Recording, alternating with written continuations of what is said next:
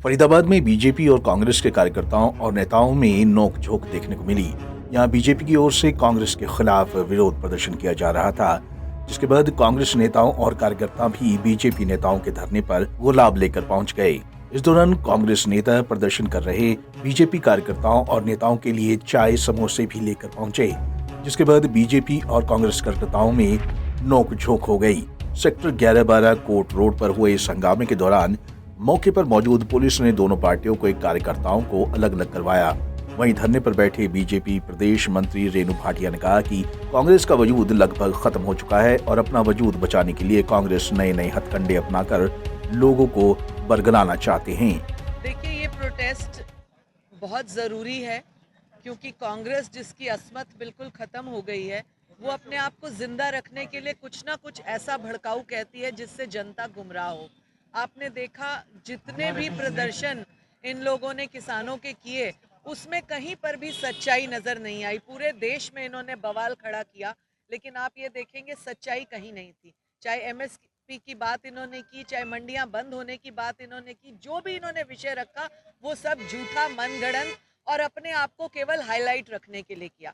राहुल गांधी जी को तो आप जानते हैं, मुझे लगता है देश के किसी व्यक्ति को उन पर विश्वास ही नहीं करना चाहिए और शायद होता ही नहीं है, क्योंकि वो जो भी बात रखते हैं उसका कोई बेस नहीं होता, उसका कोई मूल्य नहीं होता, उसकी कोई जो है रियलिटी होती ही नहीं है। अब कांग्रेस को लगता है कि जनता ने तो हमें नकार दिया और चुनाव आने वाले हैं कई प्रदेशों में, और अगर केंद्र का भी चुनाव आएगा तो राहुल गांधी बचेंगे या नहीं बचेंगे ये पूरी उम्मीद लग रही है। इसलिए वो कुछ ना कुछ मनगढ़ंत बोलते हैं। अमरिंदर सिंह जी को, जिनको हम सोचते थे बहुत समझदार व्यक्ति हैं, पंजाब का कुछ भला सोचेंगे, लेकिन उन्होंने क्या किया, अपनी पोल खुद खोल दी। एक ओर जहां बीजेपी की ओर से कांग्रेस पर आरोप लगाए जा रहे थे, तो दूसरी ओर कांग्रेस नेताओं और कार्यकर्ताओं की ओर से भी बीजेपी पर आरोप लगाए जा रहे थे। कांग्रेस प्रवक्ता सुमित गौड़ ने बीजेपी पर आरोप लगाते हुए कहा कि धरने पर बैठे बीजेपी नेताओं ने पानी का अपमान किया। उन्होंने कहा कि जब बीजेपी नेताओं को पानी की बोतल दी गई तो उन्होंने उसे लात मारकर फेंक दिया। आज जो बीजेपी ये खट्टर खटारा अभागी सरकार जो है, जो धरातल में कुछ नहीं कर सकती, लेकिन जुमलेबाजी और ड्रामेबाजी में माहिर हैं ये लोग। पीएचडी है इनको, ये ड्रामेबाजी के पीएचडी हैं।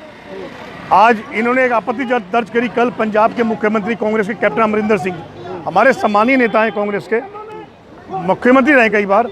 अगर उनके किसी बयान में बीजेपी को आपत्ति थी तो पंजाब में जाके विरोध प्रदर्शन करते हैं, वहाँ जिले पे करते हैं मुखालिफ, क्योंकि वहाँ पे इनके पास 10 कांग्रेसी भी नहीं बचे।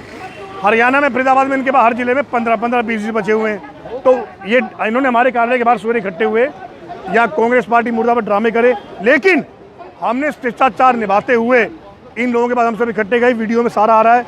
हमारे कांग्रेसी संयुक्त रूप से पहले मेरे कार्यालय यहाँ कांग्रेस भवन पे इकट्ठे हुए, हमने इनको गुलाब के फूल दिए, समोसे, चाय की ट्रे थी, पानी की बोतल जैसी दी रखी इनके आगे, नीचे बैठे होते, इन्होंने लात मारी। कहाँ गया इनका शिष्टाचार?